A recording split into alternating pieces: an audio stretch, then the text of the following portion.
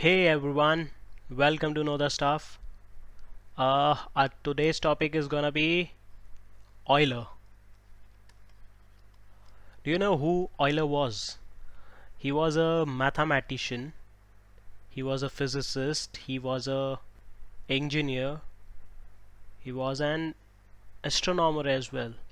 And this guy, this Euler guy has contributed so many things to modern sciences that it cannot be wrapped up in a single book. Even it took him to and his whole life work to be written in 90 volumes. Do you imagine 90 volume? His full name was Leonard Euler, and today we're gonna talk about one of his beautiful work that was famous and called Euler's identity. Now, what is Euler's identity? It is the combination of the most fundamental and the most useful mathematical terms, which are 1, the basic, which is the multiplicative identity, plus e, which is the base to natural logarithm raised to I, which is the imaginary number or the basic of imaginary numbers or the complex analysis, times the pi, which is again very basic in every mathematical calculation, which is the circumference of a circle divided by its diameter, and whole of these things equal to 0. 0 is again a very important discovery. Basically 0 was invented in India, that's why we take the liberty to call it as an Indian contribution to the mathematics. Again, this encomprise of these 5 terms which are very basic. That's why it's also the most beautiful equation of mathematics. And today we are going to show its beauty, that how is it beautiful. So we will be doing a simple calculative kind of stuff which will show us how this equation can be seen in each and every detail or each and every aspect of mathematics, not even just mathematics.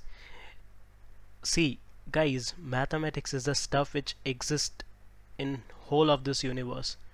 It's just that we have to open the doors to find the mathematical beauty that exists in our universe. So in order to show that, can we write 1 upon x square plus I? We'll be showing that this relations comes as we'll keep on doing certain things with these stuff, or these 1 upon x square plus I can be written as 1 upon, we'll factorize this term because there's a complex identity involved. We'll write it as x plus I times x minus I. Can we do that? Reverse multiply it, x square plus ix minus ix will get cancelled. Lastly, there will be x square minus I square, and since we know that I squared is negative of 1, so yes, we can write this as this. Again, we have to do some manipulations. In the numerator, 1 can be written as x plus I and minus x minus I. Again, can we do that? Question is that yes, we can do that because x gets cancelled and what will be remaining is 2i. So we have to divide the whole numerator by 2i, and the denominator will that is x plus I and x minus I. So this is it. Again, this I or 1 upon I can be written as minus I multiply in the numerator and denominator by I. We'll have I in the numerator and I square in the denominator. I square is again minus 1. So with these manipulations we can finally write 1 upon x square plus I equals, this will be minus, this is I upon 2, and when we'll take LCM we'll have 1 upon x minus I minus 1 upon x plus I. Alright, now again we will take the negative inside, then we'll have 1 upon x plus I minus 1 upon x minus I multiplied by I by 2. Now let's just integrate both the sides. We will integrate both the sides with respect to x from the limits 0 to 1. Let's see what we'll have. Let's integrate this fraction. So integration of 1 upon x squared plus 1, x squared plus 1, in terms of 1 we have I here, so it is tan inverse of x. Alright, and the limits would be from 0 to 1, and when we'll integrate this, I by 2 can be taken out as common because it has nothing to do with the variable of the integration, that is x. And when we'll integrate the first term, that is 1 upon x plus I, its integration would be ln modulus of x plus I simply. Similarly, when we'll have this integration, that is the second one, it will be again ln of modulus of x minus I applied to the limit 0 to 1. Now applying limits, we'll have tan inverse 1 minus tan inverse 0. Tan inverse 0 is simply 0. Tan inverse 1 is pi by 4 is equals to I by 2. Before applying the limits, we'll combine these two terms, that is log of, or ln of. Ln means log is to the base e, x plus I divided by x minus I, and 0 to 1 will be the limits. This will be, can be written as pi is equals to 2i. Now applying the limits, we'll be left with ln of modulus of 1 plus I upon 1 minus I minus ln of, this will be modulus of I divided by negative of I. So what we'll have is, see this term, if we have the complex number in the form of a fraction, what we'll do is we multiply in the numerator and denominator by the conjugate of the denominator, that is I plus 1 plus I. So upon multiplication, this will result 1 plus I squared and divided by, this will be 1 plus I times 1 minus I, which can be written as 1 squared minus I squared.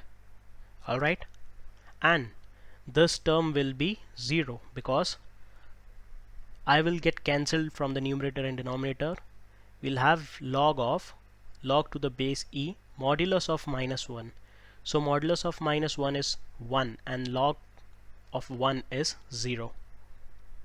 Now again we can have pi equals to 2 into I, and this term, since I squared is minus 1, so we'll have log of, we'll expand the numerator, then we'll have 1 squared plus I squared plus 2i divided by, this will be 2 modulus, and this we'll say I squared is minus 1. We have used it once again. We have to use it one more time, that is ln. These will be cancelled because I square is minus 1. Therefore you will be left with modulus of 2i divided by 2 simply, and this can be further written as. Now what we'll do is we'll take this I in the left hand side as the denominator. So since we know that 1 upon I can be written as minus of I, again this thing will be pi into negative I is equals to 2 ln, this will be simply mod of I.